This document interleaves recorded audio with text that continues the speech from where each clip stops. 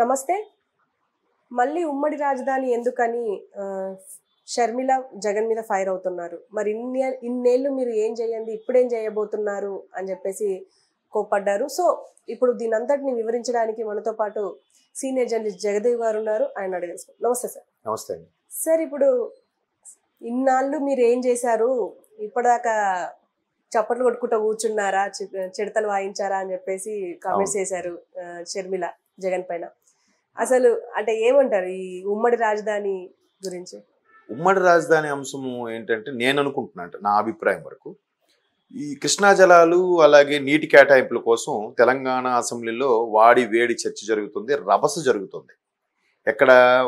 అక్కడ జగన్మోహన్ రెడ్డి గారిని పాయింట్అవుట్ చేస్తూ జగన్మోహన్ రెడ్డి గారు ఆంధ్ర అసెంబ్లీలో ఏం మాట్లాడారో అది చూపిస్తూ కూడా ఇక్కడ గత ప్రభుత్వం మీద కాంగ్రెస్ ప్రభుత్వం దుయ్యబడుతుంది. మీరు ఒకటైపోయారు, రాష్ట్ర ప్రయోజనాలు గాలికి వదిలేశారు, మీరు కేవలం జగన్మోహన్ రెడ్డికి ఫేవర్గానే ఎక్కువ ఇవ్వాల్సిన నీటి కేటాయింపుల కన్నా ఎక్కువ నీరు కేటాయించారనే అంశం మీద అది జరుగుతుంది. మరోవైపు మొన్న 4 days బ్యాక్ ఇప్పుడు షర్మిల గారు రేవంత్ రెడ్డి గారిని కూడా కలవడం జరిగింది.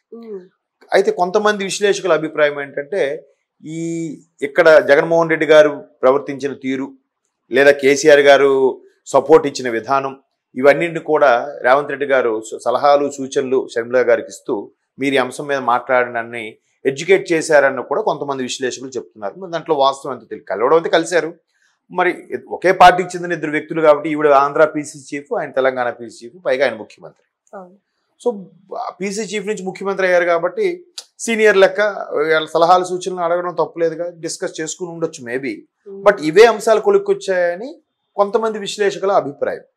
అయితే ఇప్పుడు షర్మిల గారు ఏమంటున్నారంటే ఇలా రాజధాని గురించి ఇన్ని రోజులు ఎందుకు పట్టించుకోలేదని నేను అంటున్నా అంటే వీళ్ళు కూడా నాగార్జున సాగర్ గురించి కానీ లేదా ఎక్కడ కేసీఆర్ గారి ప్రభుత్వం రాలేదు కాబట్టి వీళ్ళకి ఇంకా ఆటలు సాగవనో లేదా వీళ్ళకి సంబంధించిన ఆస్తులు పాస్తులు వీళ్ళకి సంబంధించిన అన్ని డీలింగ్స్ బిజినెస్లు అన్నీ కూడా హైదరాబాద్ కేంద్రంగానే చాలా వరకు ఉన్నాయి కాబట్టి రేవంత్ రెడ్డి గారి ప్రభుత్వం ఉంటే వీటన్నిటికీ ఇబ్బందులు కలుగుతాయి, వీళ్ళు చిక్కుల్లో పడతారనే ఉద్దేశంలో ఉమ్మడి రాజధానికి 10 ఏళ్ళు ఉంది కదా. తెలంగాణని విడగొట్టినప్పుడు కాంగ్రెస్ ప్రభుత్వం ఉమ్మడి రాజధానిగా 10 ఏళ్ళు అటు ఆంధ్ర వాళ్ళకి రాజధాని, తెలంగాణకి కూడా రాజధాని హైదరాబాద్ అనే విధంగా వాళ్ళు అప్పుడు సెటిల్ చేశారు.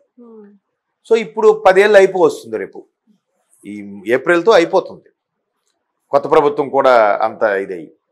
సో అలాంటప్పుడు మళ్ళీ వీళ్ళకి ఇంకా ఇబ్బందులు కలుగుతాయనే ఉద్దేశంతో ఇంకొక 2 ఏళ్ళు పొడిగించమని అడిగి ఉండొచ్చు. అలా అడుగుతున్నప్పుడు చంద్రబాబు గారు ఎస్టాబ్లిష్ చేసిన అమరావతిని మీరెందుకు పెడచెవిని పెట్టారు, మీరెందుకు నిర్లక్ష్యం వహించారు, మీరెందుకు పట్టించుకోలేదనేది ఒక అంశం. పోనీ మీ ప్రభుత్వం వచ్చి 5 ఏళ్ళు అయిందిగా, ఇప్పుడు మీరు అనుకుంటున్న 3 రాజధానుల అంశం ఏదైతే తెర మీద తెచ్చారో ఇప్పుడు ఆ 3 రాజధానులు ఒకటైనా రాజధానిగా చేశారా? చేయలేదు. ఎందుకు చేయలేదు? దేనికోసం చేయలేదు? ఇది ఎవరి వైఫల్యం? కేవలం ప్రజల దృష్టిని మరల్చడానికే 3 రాజధానుల అంశాన్ని తెర మీద తీసుకొచ్చారా, లేదా తెరవనికి ఇంకేమైనా జరుగుతుందా? ఇది మనకు తెలియదు సామాన్యులకి. కొన్నేళ్ళు అయిపోయాక మళ్ళీ ఇంకో ఏదో ఎంక్వైరీ చేస్తే అప్పుడు ఓహో అందుకు ఇప్పుడు ఇలా వాళ్ళ డ్రాయ్ చేశారా, ఓడి అమ్మ దాని వెనక ఎంత ఉందా అని అప్పుడు మనం నోరెళ్ళబెట్టి పేపర్లో న్యూస్లో చదువుకోవడమే కదా. అలాగే ఇప్పుడు షర్మిల గారు ప్రశ్నించేది కూడా ఆ యాంగిల్లోనూ ప్రశ్నిస్తున్నారు. ఒకటి, మీరు రాజధాని కట్టుకోలేకపోయారు, 5 ఏళ్ళు ఆయన కట్టాడు, అది వద్దు అనుకున్నారు. ఎప్పుడో అదే ఇంకొక 5 ఏళ్ళు మీరైనా కట్టొచ్చుగా. 5 ఏళ్ళలో ఆయన ఒక 70% వరకు ఎస్టాబ్లిష్ 80% వరకు ఎస్టాబ్లిష్ చేసి వదిలేశాడు. మిగతా 20% పూర్తి చేయడానికి మీకు ఎన్ని ఏళ్ళు కావాలి? 1 year చాలు. పోనీ ఆయన నచ్చలేదు, మీరు పడగొట్టేశారు అనుకుందాం, ఆయన పెట్టింది మీకు క్యాపిటల్ ఇష్టం లేదనుకుందాం, మరి మీకు ఆయన 70-80% కట్టినప్పుడు మీరు కూడా క్యాపిటల్ 70-80% ఎక్కడ ఎస్టాబ్లిష్ చేయాల్సింది, కనీసం వెళ్ళి మారాల్సింది, అక్కడ ఉండాల్సింది. దానికి వైసీపీ నాయకులు కొంతమంది సపోర్టుగా ఎలా మాట్లాడుతున్నారంటే ఫస్ట్ ఈ అంశాన్ని వైవి సుబ్బారెడ్డి గారు లేవనెత్తారు. ఎందుకు? ఆయన రాజ్యసభ నామినేషన్లో ఉన్నారు, రేపు రాజ్యసభ ఎంపీ అయిన తర్వాత కేంద్రంలో రాజ్యసభలో ఈ అంశం ప్రస్తావించాలని వాళ్ళ ప్లాన్ అని నేను అనుకుంటున్నాను. సో దానికి సపోర్టివ్గా బొత్స గారు కూడా ఎలా మాట్లాడుతున్నారు, చంద్రబాబు నాయుడు గారు హైదరాబాద్ను వదిలేశారు కాబట్టి మనకి క్యాపిటల్ మీద హక్కు లేకుండా పోయింది, అందుకు మనం అన్ని చక్కదిద్దుకోవాలంటే ఇంకో 2 రోజులు అవసరమే కదా అన్నట్టుగా బొత్స గారు మాట్లాడుతున్నారు. ఒకవేళ ఇదే చంద్రబాబు నాయుడు గారు హైదరాబాద్లో ఉండి ఆంధ్ర పరిపాలన చేస్తే రాష్ట్రం ఎక్కడ ఉంటుండగా హైదరాబాద్లో ఇంకేం పని, అక్కడ ఉంటున్నాడేంటి, ఇంకా రావడం ఇష్టం లేదా అంటారు వీళ్ళే. ఆయన హుటాహుటిన అప్పటికప్పుడు ఒక ఏదో ఇల్లు తీసుకొని విజయవాడలో ఉంటూ అమరావతిని ఎస్టాబ్లిష్ చేస్తూ అక్కడే ఇల్లు కొట్టడం అన్ని చేస్తే ఇప్పుడు ఇలా అంటున్నారు. తలకేస్తే మెడకేస్తే కాలుకి, కాలుకేస్తే మెడకి మాట్లాడితే ఇంకేం చెప్తాం. సో ఈ అంశంలో భాగంగానే షర్మిల గారు ఈ విధంగా ప్రశ్నిస్తున్నారు. మరి ఇన్ని రోజులు ఎందుకు మాట్లాడలేదు? ఎలక్షన్స్ ముందు మాట్లాడడం ఏంటి? మరలా ప్రజలకి మసిపూసి మారేడుగాయ చేసే ప్రయత్నం, మభ్యపెట్టే ప్రయత్నం. ఇప్పుడు వైజాగ్ క్యాపిటల్ అన్నారు, ఓకే. వైజాగ్లో ఒక్కసారైనా అసెంబ్లీ సమావేశాలుగా నిర్వహించారా? లేదు. పోనీ అంత ఇష్టం కాబట్టి ఆ ఋషికొండని గుండు కొట్టించారు కదా, అక్కడ ఇల్లు కట్టారు కదా, అది ఇంకా పూర్తి అవ్వలేదు అనుకుందాం. అక్కడ వైజాగ్లో ఏదో వేరే గెస్ట్ హౌస్లోనో, గవర్నమెంట్ సర్క్యూట్ హౌస్లోనో, ఆర్ఎన్బి గెస్ట్ హౌస్లోనో ఎక్కడో ఉండొచ్చు కదా, లేదు అద్దెకి ఒక ఇల్లు తీసుకోవచ్చు కదా, లేదు గట్టిగా తలుచుకుంటే మహారాజు తలుచుకుంటే కొరడా దెబ్బలు కొదవా అన్నట్టుగా ఆయన తలుచుకుంటే 6 నెలల్లో కన్స్ట్రక్షన్ లేచిపోదండి. ఇప్పుడు మ్యాక్సిమం 1 year. వెళ్ళే ఉద్దేశం లేదు. పోనీ అక్కడి నుంచి రూల్ చేయొచ్చు కదా, అది లేదు. ఇట్లా ఇంత క్లియర్గా ఓపెన్గా కనబడుతున్నా కూడా ఇంకా ప్రజలకు ఏదో చెప్పే ఉద్దేశం ప్రయత్నిస్తారంటే నిజంగా వాళ్ళ కాన్ఫిడెన్స్ మెచ్చుకోవాలి. వైసీపీ వాళ్ళకి నాకు ఇష్టం లేదబ్బా, ఇది నేను చేయను, ఊరికే మీరు వీళ్ళు కట్టింది మేము ఇష్టం కట్టమని అనుకోవట్లేదు అని ధైర్యంగా చెప్పేస్తే అయిపోయింది కదా.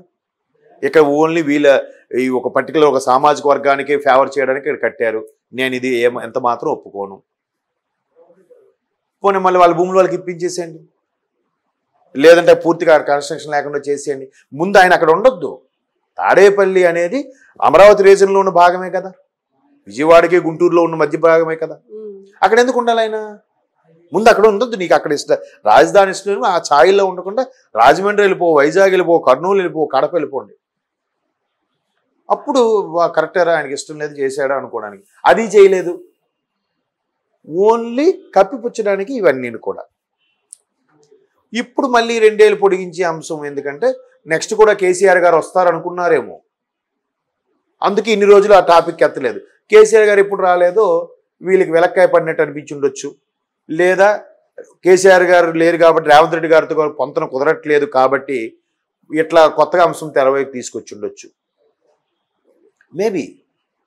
అంటే అందుకే చెప్తున్నాను, ఎందుకంటే మొన్న కృష్ణా జలాల అంశం నీటి జలవనరుల కేటాయింపు సంబంధించి కూడా 30న కౌంటింగ్ పోలింగ్ అయింది, 3వ తేదీన కౌంటింగ్, 1వ తేదీన నీటిపారుదల శాఖ సెక్రటరీతో లేఖ ఎలా రాయిస్తారు?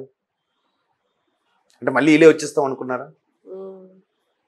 అది క్లియర్గా అసెంబ్లీలో కూడా చూపించారు కదా ఉత్తమ్ కుమార్ రెడ్డి గారు ప్రొజెక్ట్ వేసి కూడా. 30న పోలింగ్, 3వ తేదీన కౌంటింగ్. ఈ మధ్యన 1వ తేదీన డిసెంబర్ 1న ఎలా చేయించారు? 1 డిసెంబర్ 2023 అని క్లియర్గా ఉంది ఆ లేఖలో. వాళ్ళు అనుకున్నారు కాబట్టి ఇక్కడ వీళ్ళు కూడా అనుకున్నారేమో, వైసీపీ వాళ్ళు కూడా కేసీఆర్ గారు వస్తారు మనకేం ప్రాబ్లం లేదని. ఎప్పుడైతే ఇలాగ జరిగిందో ఇప్పుడు ఈ అంశాన్ని తెర మీద తీసుకొచ్చి ఇంకో 2 ఏళ్ళు మేము క్యాపిటల్ కట్టుకోలేదు అందు పొడిగించాను అంటారు. కేసీఆర్ గారి ప్రభుత్వం అంటే ఓకే అని అంటారేమో. ఇప్పుడు కాంగ్రెస్ ప్రభుత్వం కదా, ఓకే ఓకే అందు. మీరు 10 ఏళ్ళు ఏం చేశారు? రాష్ట్రం విడిపోయి 10 ఏళ్ళు అవుతుంది. 2014 ఏప్రిల్లో అనౌన్స్ చేసేసారు, పార్లమెంట్లో ఓకే చేసేసారు. కోర్స్ గవర్నమెంట్ వచ్చాక వీళ్ళు June 2 ప్రకటించుకున్నారు. ఆ June 2 కూడా మళ్ళీ అంత పెద్ద ఇష్యూ, అది కూడా ఒక వివాదమే. అప్పుడు విమోచన దినోత్సవంగా సెప్టెంబర్ 17 అని అనుకున్నారు. ఇప్పుడు దాన్నే సెప్టెంబర్ 17నే అవతరణ దినోత్సవంగా ఏదో చేయొచ్చు కదా, చేయలేదు. అంటే దానికి మళ్ళీ ఎంతమంది మనోభావాలు దెబ్బతింటాయనే ఉద్దేశం మరేంటో తెలియదు కానీ చేయలేదు. June 2 చేశారు. 2014 నుంచి ఇప్పటికి 10 ఏళ్ళు సరిపోలేదా అనే సందర్భం వస్తుంది కదా. మరి ఎట్లా మరి రాజకీయం ఎవరి వెర్షన్ వాళ్ళది, ప్రతి ఒక్కడు కూడా కలకాలం నేను ఈ సీట్లోనే ఉంటానని అనుకుంటుంటారు.